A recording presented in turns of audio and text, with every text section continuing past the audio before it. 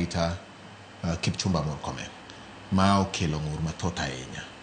Samoro ji mokawe oko mar gima nowacho, samoro mane gima nowacho. Emomiyo un ka mondo ler ne jopiny to mano nyalo bet ni e gima no ofulo e seche mano wacho to koponi mane gima nowuok e chunye. Keto Kenya kama chalo nade. Mokwongo apenji ni ne en njore koso ng'anyo. Mane penjo mopenjore mang'eny ahinya kuom oganda. Achak kod Charles. Yes. Iseti e sekta mar arita. Pod in apisa mar arita. Nikech mane gimi wachona ni lonye kendo isenono yo mathoth ahinya. Ne en njore koso ng'anyo. Erokamano. Mokwongo ing'eyo gima notimore higa mokalo. Kane wach mar finance bill nobiro, ne nitie ng'anyo kendo nitie joma nolalo ngimagi. Chieng' no ne en tarik 25 dwe mar 6 higa mokalo. Kanyo chopo higani, to familia mag joma nolalo ngimagi miyo 4 mane nyithindgi otho, to gi wuoyi achiel mane wadgi otho. Ne gioro kwayo kuom obila, gioro notice kuom obila ma Central Nairobi ni gibiro bedo gi ng'anyo. Kendo ne giwacho ni gibiro bedo gi ng'anyo ka giwuok Nation Center kendo ka gidhi Harambee Avenue nyaka gichop but Parliament to kendo nyaka gichop Harambee Avenue. Bang' mano chieng' no ne giwacho ni gibiro chako ng'anyo saa 4.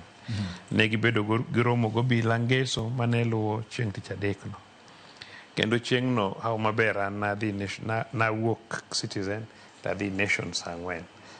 To Emeritus Chief Justice Maraga gi minego gi yowuoyigo nowuok kendo ne gibedo gi interview margi e Nation TV, then gilor piny Nation Center ma giwuok ka gidhi ng'anyo. To kapok gichopo kama ne gidhi, to tulo nowuok nwach nitie kijende mane ochako wang'o apaya. Nyiso ni nitie joma ne oro signal.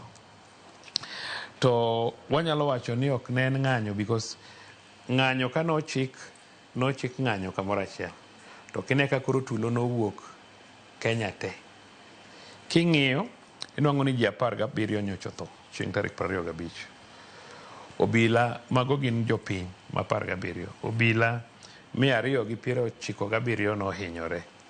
Jopiny 36 nohinyore. Mtokni mag obila 93 nokethore, moko nowang'i. Mtok sirkal moko mag county government gi national government 27 moko nowang'i, moko nokethore. As mtokni mag jopiny 65 moko nowang'i, moko nokethore. Police station 9 ne jopiny ogoyo. Nairobi ka Villa Police Station ne jopiny o attack kod Kich Gachui Police Post. Central Makongeni Police Station ne obed attacked to gi Dagoretti Police Station. To kode Kamuchu Police Post gi Maihiu Patrol Base. Eastern Province Matu Police Station ne jopiny o attack. Rift Valley Maimahiu Police Station to gi Molo Police Station be nobedo attacked. Kuom joma notho, Kajiado ng'at achiel nonegi katemo turo Clean Chef Supermarket. Uasin Gishu ne nitie Mob Justice nogoyo ng'ato kamiluongo ni Kokwas area in Tarbo. Laikipia ne nitie ng'ama nonegi gi robbery na Nyuki Town, apano dhi kwelo. Nairobi Villa Police Station, joma novamia Villa Police Station ng'at achiel notho. Makueni nitie ng'ama ne wach ni gi chest injuries no kogoye gi bunde. And then Machakos Matu Police Station, jel fachiel novamia Police Station ng'at achiel, ji 2 notho.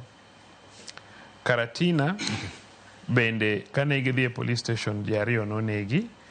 Othaya ne ng'ato invade Emmanuel Supermarket, Emmanuel Bakery Supermarket.